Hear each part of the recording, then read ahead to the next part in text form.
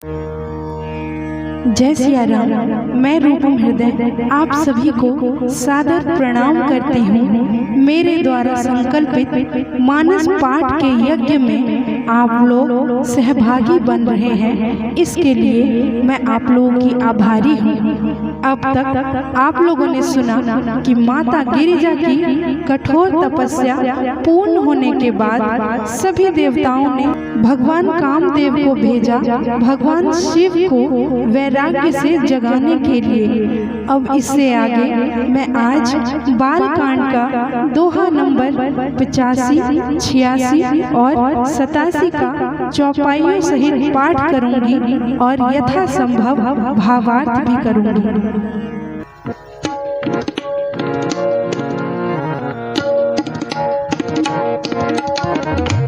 मंगल भवन अमंगल हारी द्रवहु सुदशरथ अजेर बिहारी।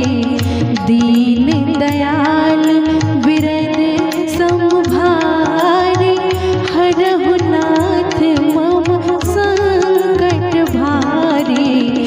सबके हृदय मदन अभिलाषा लता निहारी नवहि तर शाखा। नदी उमगी अम्बुधि कहु धाई संगम करहि तलाव तलाई। जहाँ से दशा जरन के बरनी को कहि सकै सचेतन करनी। पशु पंछी नव जल थल चारी भय काम बस समय विसारी। मदन अंध व्याकुल सब लोका निसी दिन नहीं अब लोक ही कोका। देव दनुज नर किन्नर ब्याला प्रेत पिशाच भूत बेताला। इनके दशा न कहे बखानी सदा काम के चेरे जानी।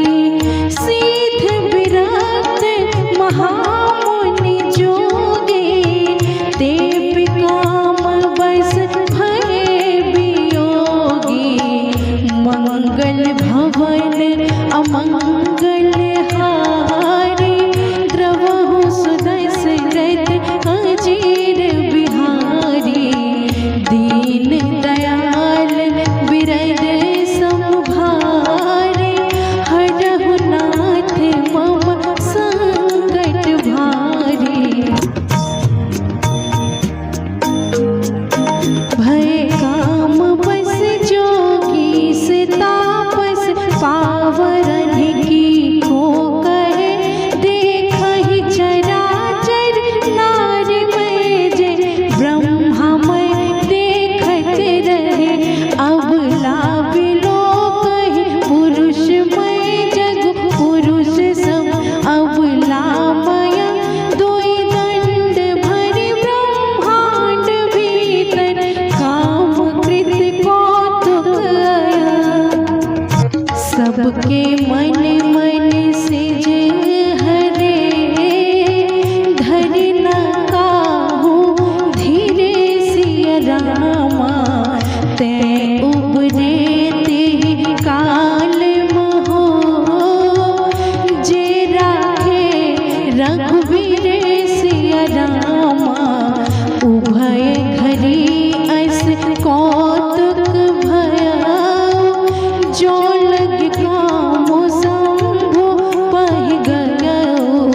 शिवहि बिलोकि सशंके उमारो भयउ जथाथिति सबो संसारो। भय तुरत सब जीव सुखारे जिमि मन उतरि गए मतवारे। रुद्र ही देखी मदन भय माना दुराधरस दुर्गम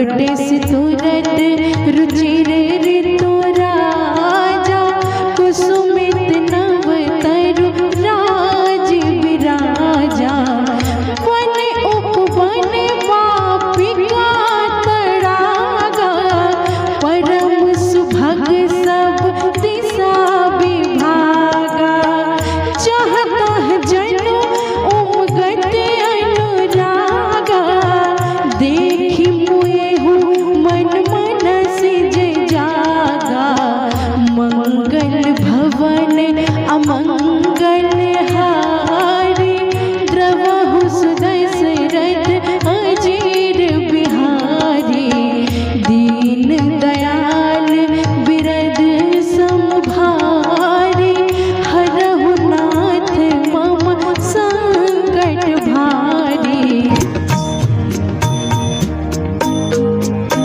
जागई मनोभव मुए हूँ मन बन सुभगता न पर कही शीतल सुगंध सुमंद मारुत मदन अनल सखा सई बिकसे सरधि बहु कंज गुंजर पुंज मंजुल मधुकरा कल हंस बिक सुख सरस रम कर गान नाचै अपछरा सकल कला करी कोटि विधि हारे उसे नहीं समित सिया रामा चली न अचल समाधि शिव कोपे हृदय निकेत सिया रामा देखी रसाल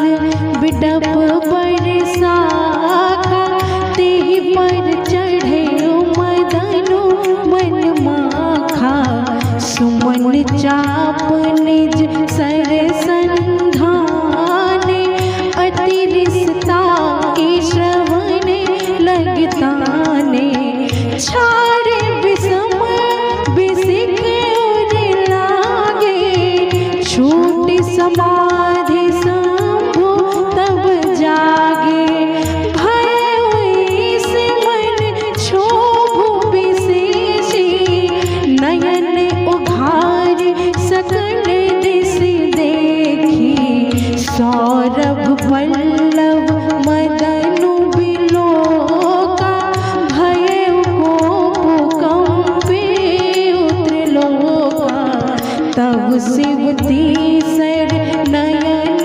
उघारा चितवत कामु भयो जल झारा हाहाकार भयो जग भारी डर पे सुर भय असुर सुखारी समुझ काम सुख सोच ही भोगी भय अकंटक साधक जोगी मंगल भवन अमंगल हारी द्रवहु सुदशरथ अजीर बिहारी दीन दयाल बिरद समभारी हरहु नाथ मम संकट भारी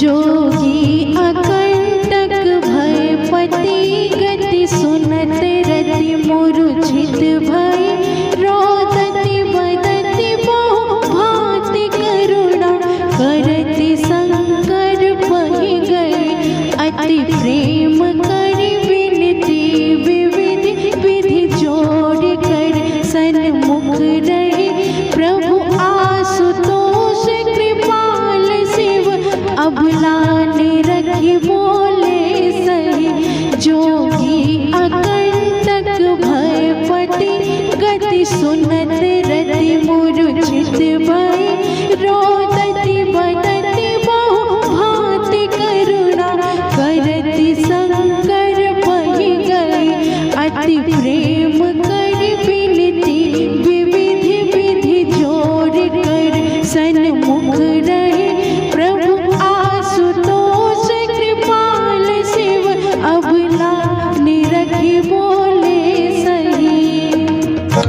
अब तेरती तब नाथ कर होई नामो अनंगो सिया रामा। बिनु बपु व्यापी सबहि पुनि सुनु निज मिलन प्रसंगो सिया रामा। मंगल भवन अमंगल हारी द्रवहु सुदशरथ अचिर बिहारी। दीन दयाल बिरद सम भारी हरहु नाथ मम संकट भारी। मंगल भवन अमंगल हारी द्रवहु सुदशरथ अचिर बिहारी। दीन दयाल बिरद सम भारी हरहु नाथ मम संकट भारी। जय सिया राम। जैसे ही भगवान कामदेव अपनी पूरी क्षमता से भगवान शिव के समीप जाने लगते हैं, इसके प्रभाव से संपूर्ण विश्व की मनोवृत्ति काममय हो जाती है।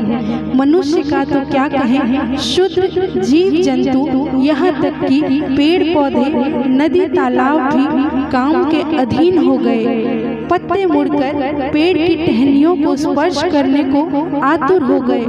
नदी उछलकर सागर की ओर तीव्र गति से जाने लगी। छोटे छोटे तालाब और तलैयों में संगम की प्रवृत्ति जाग उठी। ये दशा अगर जड़ में थी तो चेतन के बारे में क्या वर्णन किया जा सकता है। मनुष्य, देवता, प्रेत, पिशाच, भूत, बेताल, इनकी करनी का क्या कहना। ये तो वैसे भी काम के वश में ही रहते हैं, परंतु सिद्ध, विरक्त, मुनि, जोगी ये लोग भी काम के वशीभूत हो गए। जो लोग संसार को ब्रह्ममय देखते थे वे अब काममय देखने लगे। इस कालखंड को अक्षरशः बयान करना मर्यादा के विपरीत होगा।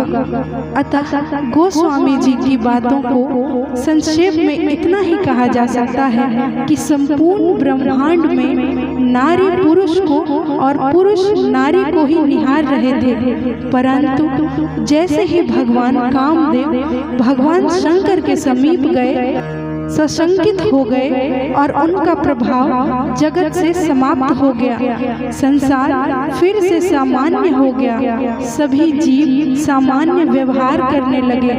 अब भगवान शंकर को देखकर कामदेव भयभीत हो गए। वापस जाने में लज्जा की बात थी, अतः परिणाम से ध्यान हटाकर उन्होंने संपूर्ण गुफा में वसंत का आगमन करा दिया। चारों तरफ सुगंधित पुष्प, अप्सराओं का नृत्य प्रारंभ हो गया। उन्होंने अपनी संपूर्ण कला का प्रदर्शन किया, परंतु भगवान शिव अपने वैराग्य की समाधि में अटल रहे। फिर कामदेव एक वृक्ष पर चढ़ गए और अपने पुष्पयुक्त बाण को भगवान शिव पर चला दिया। भगवान शिव की समाधि खंडित हो गई। उन्होंने इधर उधर देखा और पत्तों की ओट में छिपे कामदेव को अपने तीसरे नेत्र को खोलकर भस्म कर दिया। कामदेव भस्म हो गए। चारों तरफ हाहाकार मच गया। जो भोगी सतत काममय रहते थे उनके भीतर वैराग्य उत्पन्न हो गया। अपने पति की दशा देखकर रति रोने लगी। भगवान शंकर से हाथ जोड़कर प्रार्थना करने लगी। उनके दुख को देख भगवान शंकर ने कहा, हे रति, आज से आपके पति का एक नाम अनंगु होगा, क्योंकि वो दिखाई तो नहीं देंगे परंतु वो सब में व्यापित रहेंगे। आज बस इतना ही। जय सिया राम।